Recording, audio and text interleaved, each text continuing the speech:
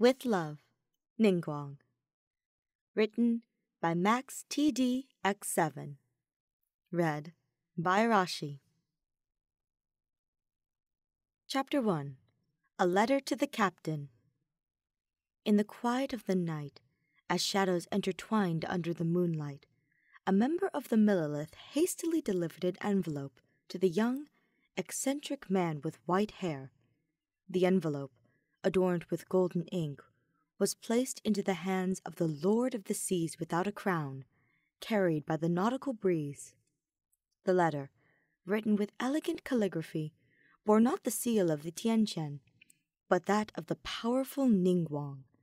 Without title or apparent reason, the context remained a mystery until it was unveiled by Captain Beidou in her cabin, as she relaxed with a sip of her favorite drink. And there it was written: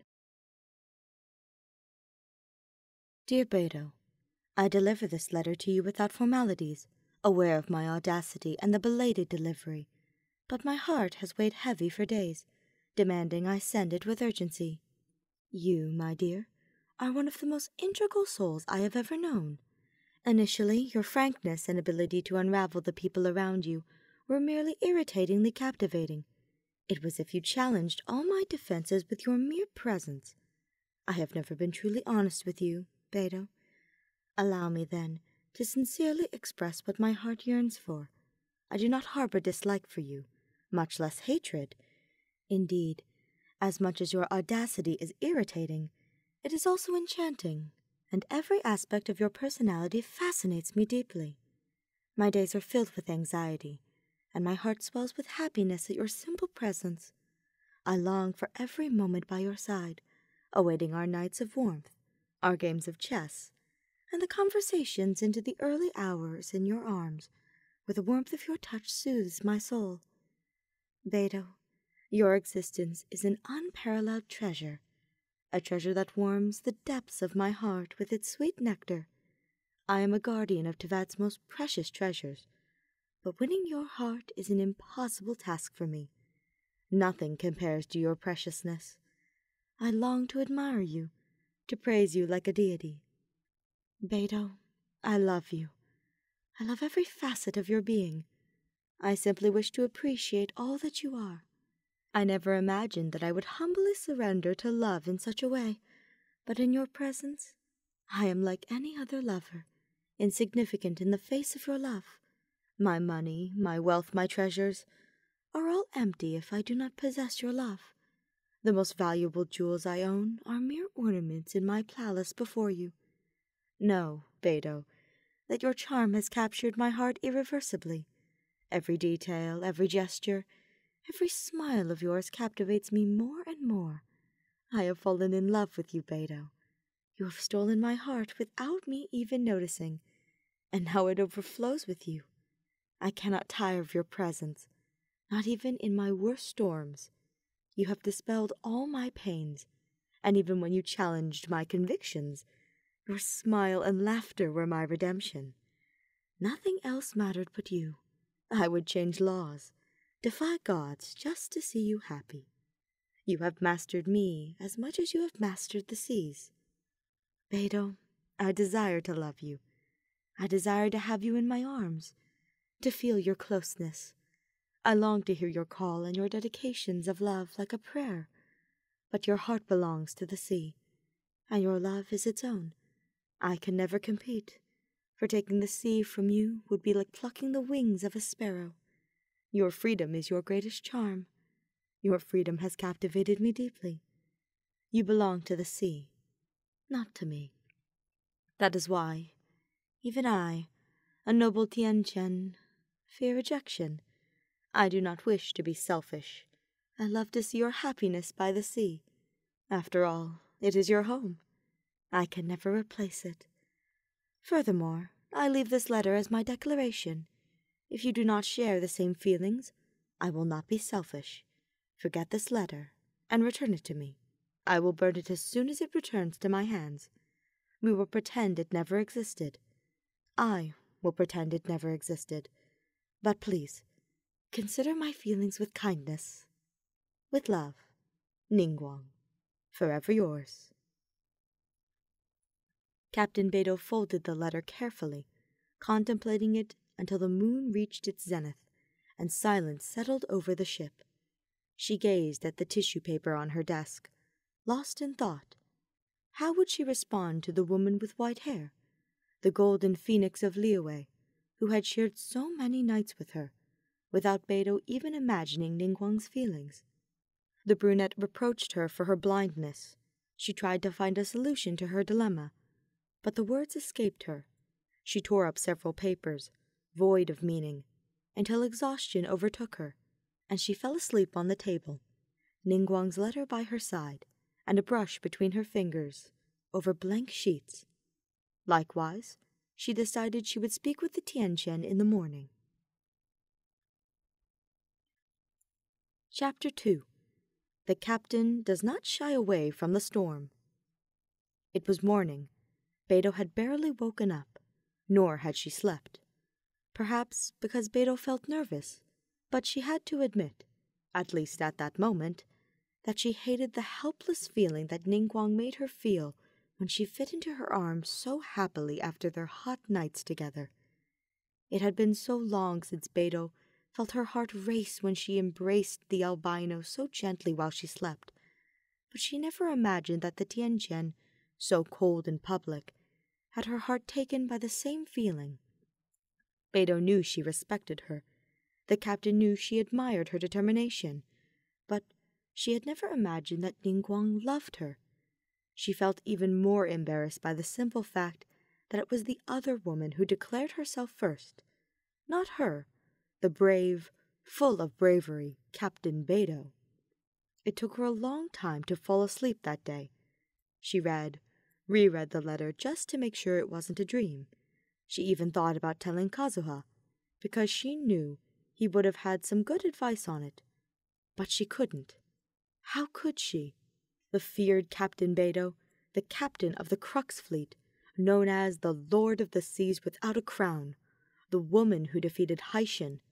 How could she, of all people, confide about love problems, especially precisely the Tianquan, the one she claimed to hate? She walked around the cabin, looked at the sea for comfort, looked at the jade chamber, the place that during the strongest storms was her anchor, her beacon of what she liked to call home. It was not Liyue. Liyue was never her home. It was Ningguang, feeling her voice, her scent, her touch. Everything about the white-haired woman made the captain sigh like a lovesick teenager. The way she laughed, how she smiled when she drank her favorite tea. Beidou loved Ningguang. It was almost an outrage for her to have felt the fear of rejection embedded in Ningguang's words after that letter. The captain got up early, without much sleep, without any letter,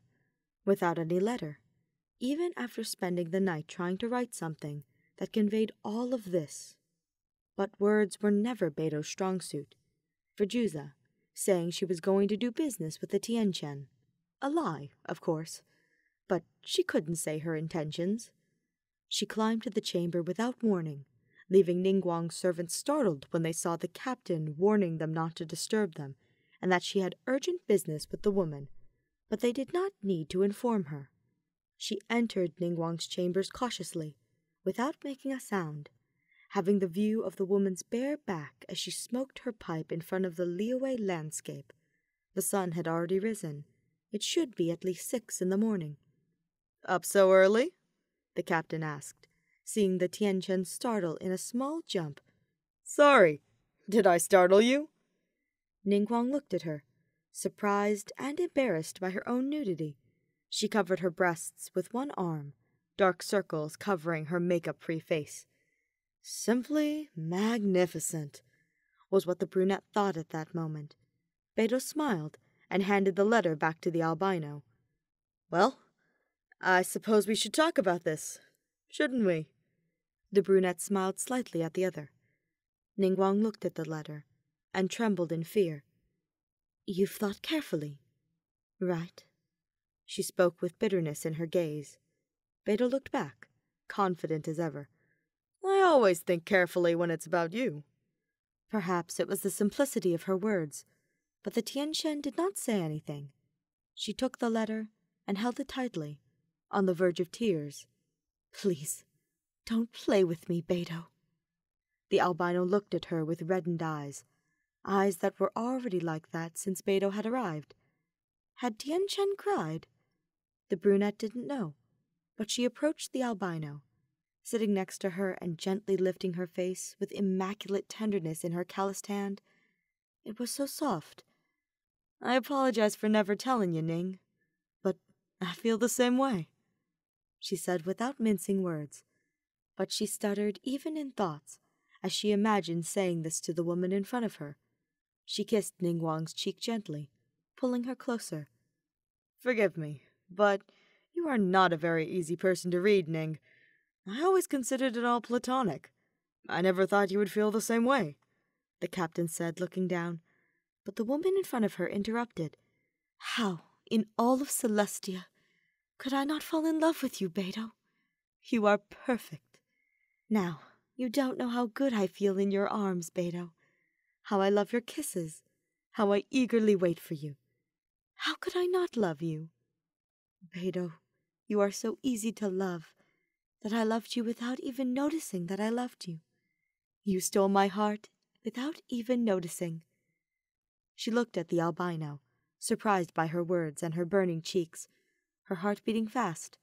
She opened her mouth to say something, and nothing came out.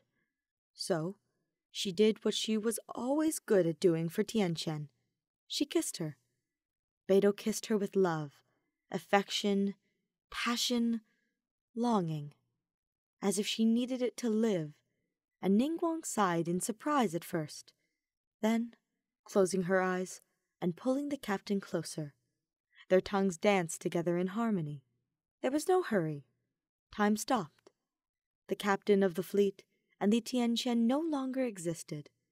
Only Ningguang and Beidou, two lovers, two women who were just appreciating each other.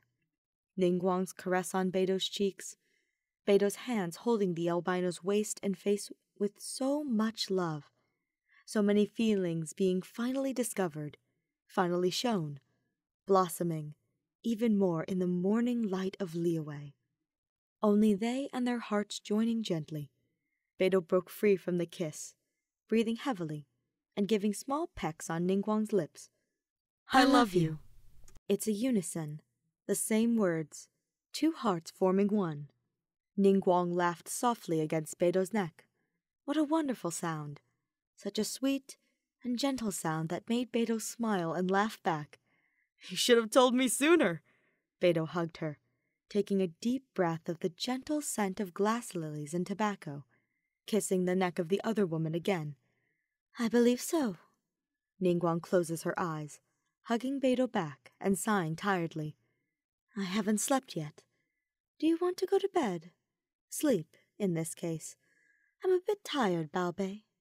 She speaks smoothly, and then looks at Beidou, startled with flushed cheeks. "I mean, Beidou. Sorry, we don't have anything. I should have said that." Beidou interrupts her quickly, blushing equally. "I would love to, Baobei." She smiles softly, reassuring the albino. "I haven't slept well either." Ningguang smiles softly, a kind and sweet smile, taking Beidou's hand, giving a gentle kiss on the back, leaving the pipe in the ashtray, and guiding the brunette to the bed. "We'll sleep then." She kisses her, opening the cheapao of the taller woman for her to feel more comfortable. Beidou takes off her boots and gloves, also taking off the eye patch. It wasn't the first time Ningguang had seen her without it, but it was the first time they were so intimate. Now, she didn't take off the eye patch to sleep after a hot night with the Tianquan. She took it off to sleep next to her lover, just to rest with Ningguang's sweet presence. It was sweet, intimate, special. She finishes taking off her clothes, wearing only her underwear next to the albino. They smile at each other, like two confidants. "Sleep well, Ningguang." "Sleep well, Beidou." They smile, embracing each other peacefully under the covers. Liyue didn't need to know. No one needed to know. Only them. Because there, in that room, The world didn't exist. Beidou and Ningguang, and the love between them. Two lovers, resting in each other's arms with aligned hearts. The future didn't matter. No concern mattered, as they let sleep guide them beyond that place. Only Beidou and Ningguang.